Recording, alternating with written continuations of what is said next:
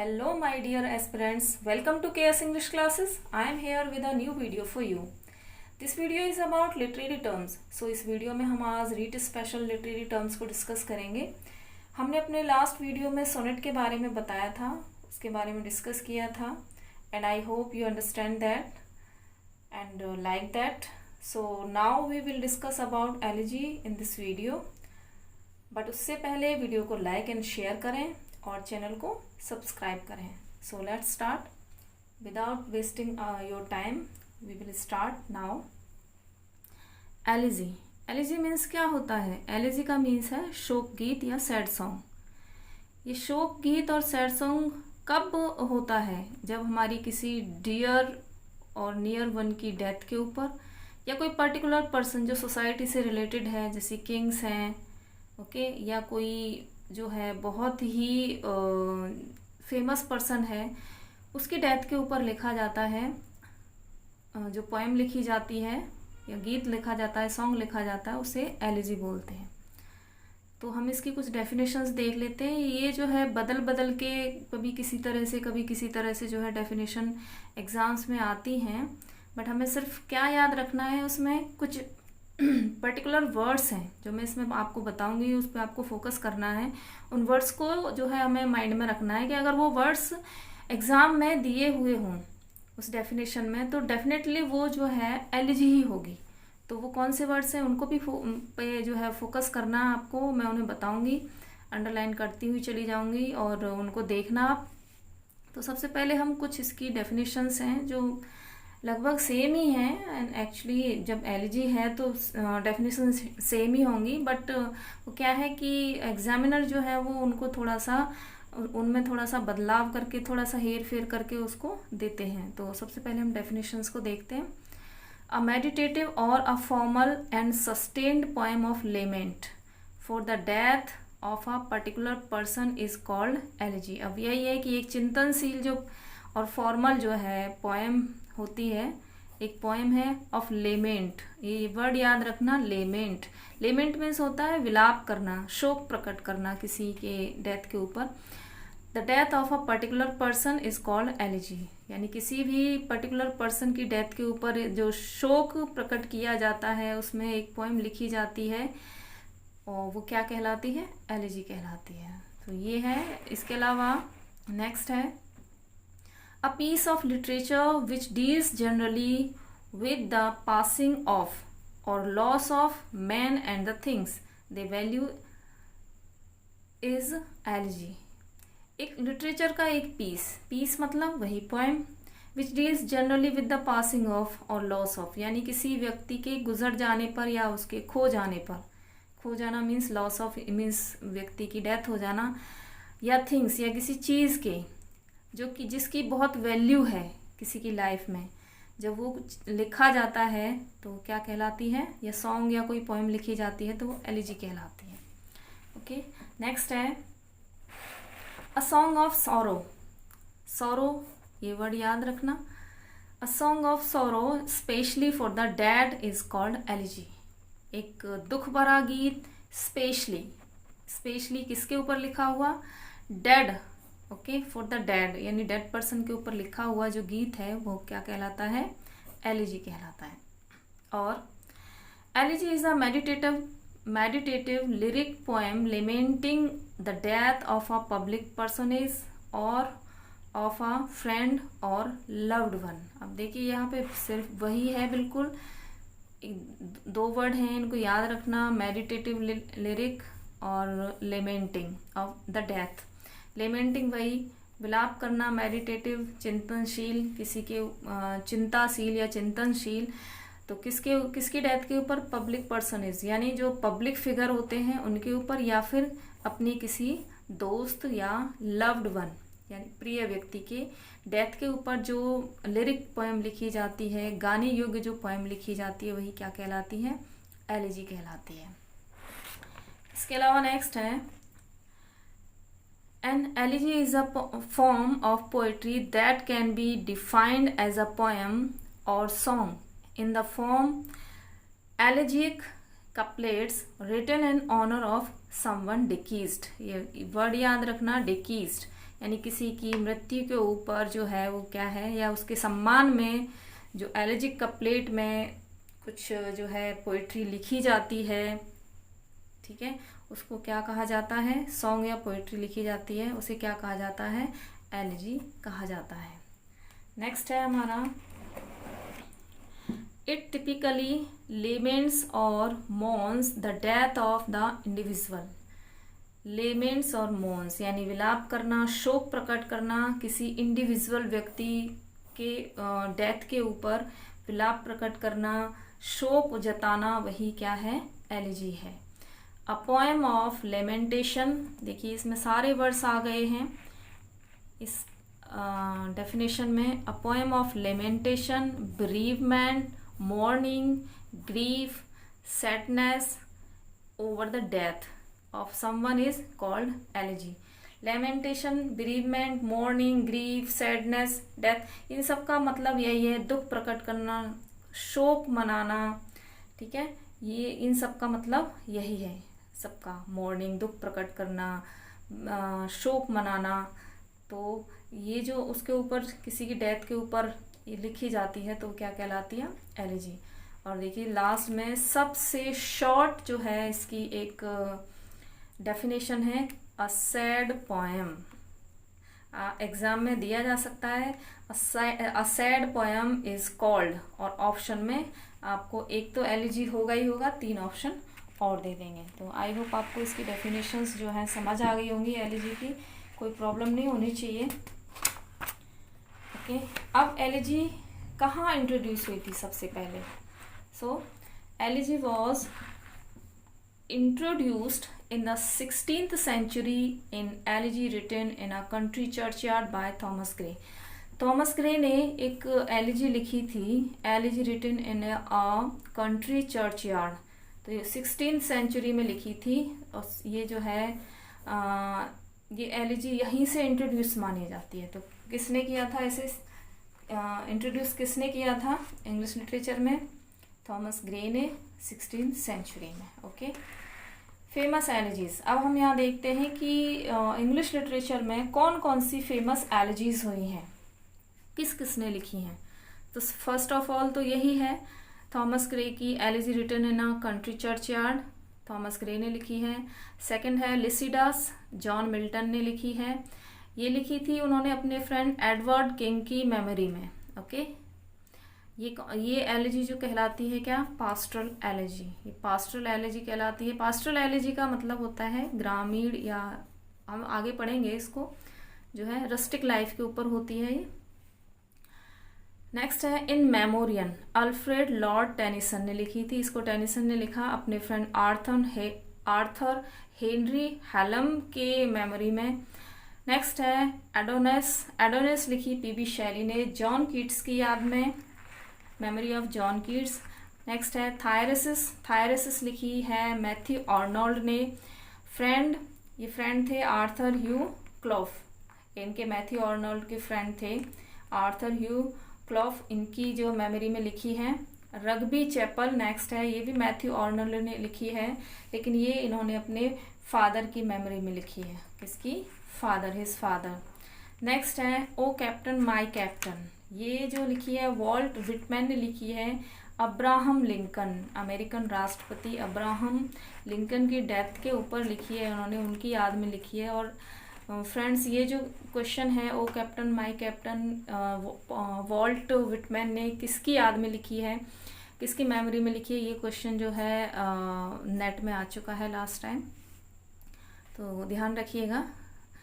Next है break break break, ये लिखी है टेनिसन ने, ये लिखी है आर्थर हेनरी हलम की मेमोरी में। नेक्स्ट है elegy on the death of a mad dog written by Goldsmith. तो ये जो है ये कुछ मोस्ट इम्पोर्टेंट जो है एलिजीज हैं, आप इनको ये जो है एग्ज़ाम में आती रहती है और इनको ध्यान में रखिएगा। अब है नेक्स्ट है हमारी पेस्टरल एलिजी। पेस्टरल एलिजी क्या है? ओके, ये भी एक प्रकार की एलिजी है। The pastoral elegy is a kind of elegy, ये भी एक तरह की एलिजी ही है। The word pastoral comes from the Greek word pastor. ये जो वर्ड है पैस्टरल, ये कहाँ से आया है? ये ग्रीक वर्ड पैस्टर से आया है, विच मीन्स टू ग्रेज, जिसका मतलब होता है ग्रेज। ग्रेज का मतलब क्या है? चरना। Okay, hence pastoral elegy is an elegy in which the poet represents himself as a shepherd mourning the death of a fellow shepherd। इसमें pastoral elegy में क्या होता है, जो पोएट जो है वो खुद को एक शेफर्ड, एक गडरिये के रूप में ही जो है प्रस्तुत करता है इसमें, ठीक है, जिसमें वो अपने जो फेलो शेफर्ड है जिसकी डेथ हो चुकी है उसके ऊपर वो क्या प्रकट करता है? विलाप करता है उसके ऊपर। मॉर्निंग जो है, ये क्या है वर्ड? मॉर्निंग याद रखिए, मॉर्निंग याद रखिएगा, जो उसकी डेथ के ऊपर विलाप करता है। लेकिन खुद को किस तरह से रिप्रेजेंट करता है वो पोएम में, एलेजी में, एक शेफर्ड के रूप में रिप्रेजेंट करता है, और जो उसका फ्रेंड है जिसकी डेथ हो गई है उसे वो फेलो शेफर्ड मानता है। तो ये क्या कहलाती है? ये पैस्टरल एलेजी कहलाती है। Okay, in ancient Rome it was used by the Latin poet Virgil. अब प्राचीन रोम में इसको लैटिन पोइट जो है वो वर्जिल ने यूज किया था, उन्होंने लिखा था। अब England, in England countless pastoral elegies have been written down from the Renaissance। Renaissance means Renaissance भी बोलते हैं इसको, रेनेसांस भी बोलते हैं, 16th सेंचुरी, यानी रेनेसा पीरियड जो है वो कौन सा है? 16th सेंचुरी का है टू द प्रेजेंट डे।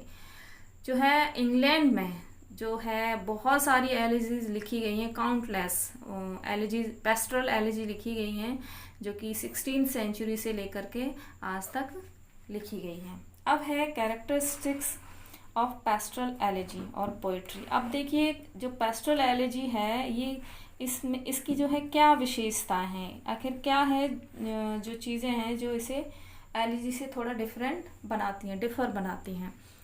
तो कैरेक्टरिस्टिक्स में जो है सबसे पहले the invocation of the muse. Muse जो है एक गॉडीज है, तो पेस्टरल एलिजी में जो है वो म्यूज का सबसे पहले इन्वोकेशन, आह्वान जो है बताया जाता है, शो किया जाता है। Expression of the shepherd poets grief. अब जो है जो पोइट्स का जो दुख है, जो उसका जो विलाप है, जो दुख है, वो किसके रूप में दिखाया जाता है? शेफर्ड के रूप में दिखाया जाता है, शेफर्ड के रूप में वो लिखता है। Praise of the dead shepherd डिकीस्ट। डिकीस्ट यानी कि वही मरा हुआ व्यक्ति, dead person.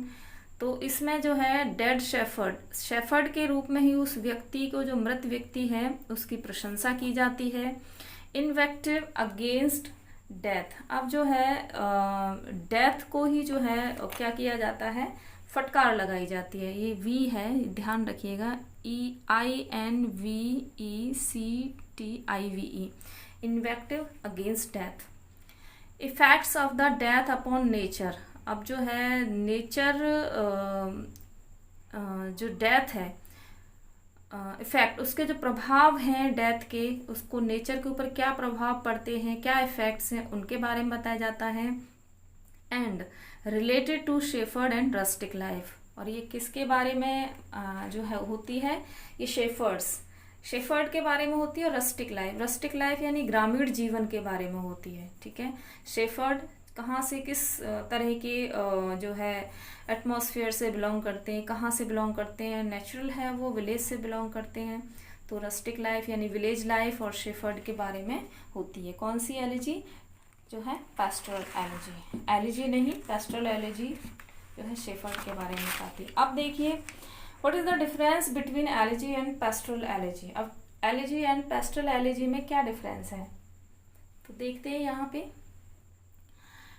N elegy is a poem on the death of someone, यानी किसी भी व्यक्ति की डेथ के ऊपर जो पोएम लिखी जाती है वो एलिजी होती है। But pastoral suggest that the elegy is related to shepherd and rustic life. लेकिन जो पेस्टरल है वो क्या हमें बताती है कि जो एलिजी है वो किससे रिलेटेड है?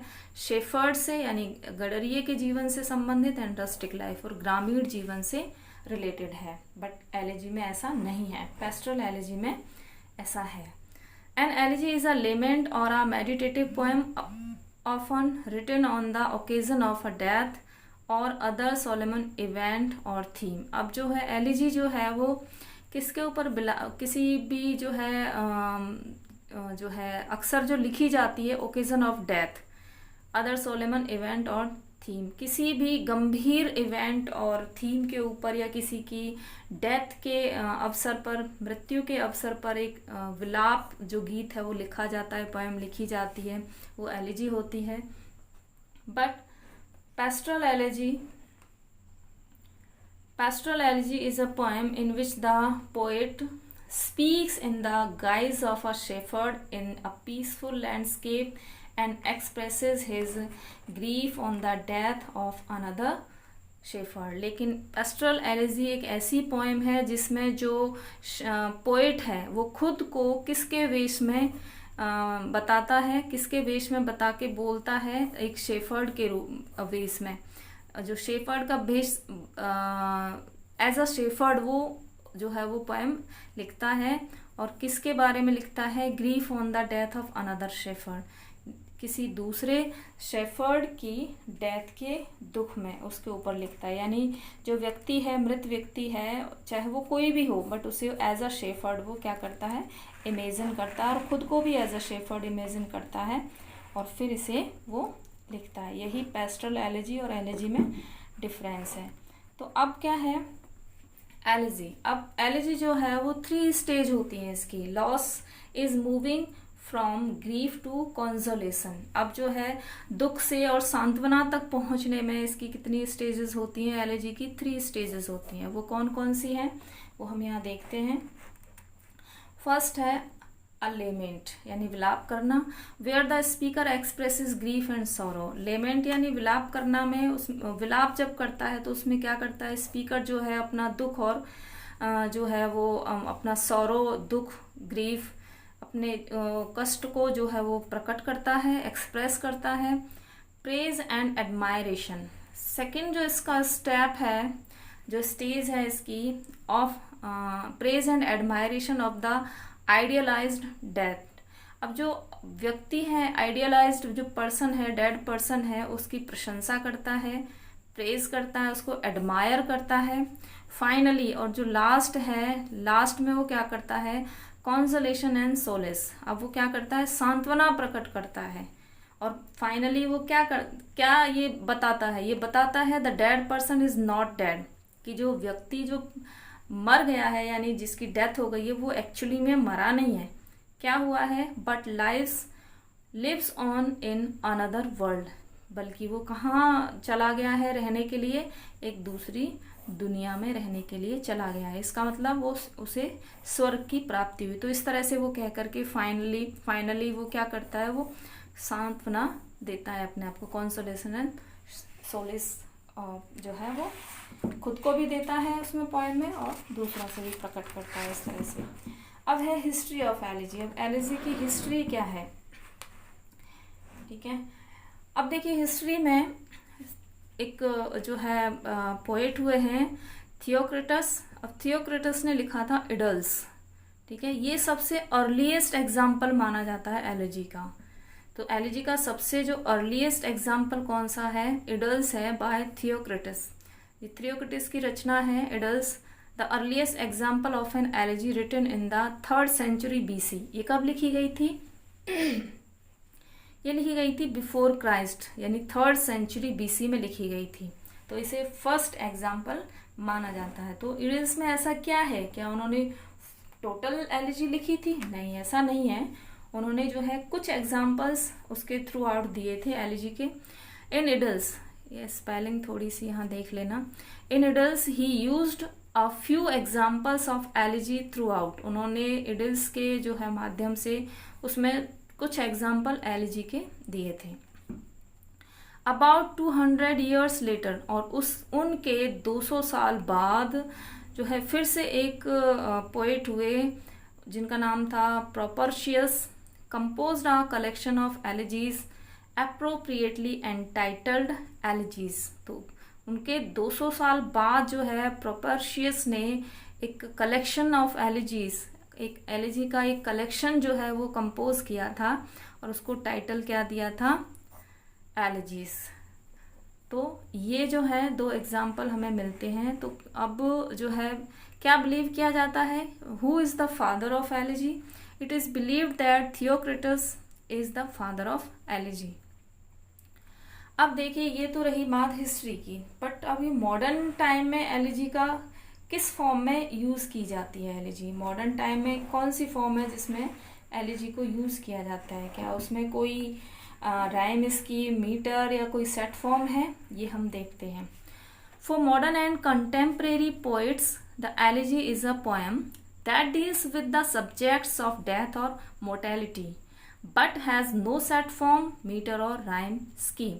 अब देखिए, कंटेम्प्रेरी जो मॉडर्न कंटेम्प्रेरी जो पोइट्स हैं, जो समकालीन पोइट्स हैं, उनके लिए जो है ये एलर्जी जो एक पोएम है जो किस सब्जेक्ट पे डील करती है? डेथ और मोर्टेलिटी पे डील करती है।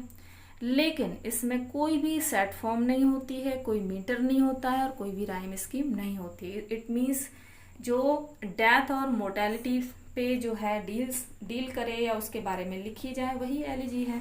इसमें कोई सेट फॉर्म नहीं होती है, कोई भी राइम स्कीम नहीं होती है स्पेशल, और ना ही किसी मीटर को फॉलो किया जाता है।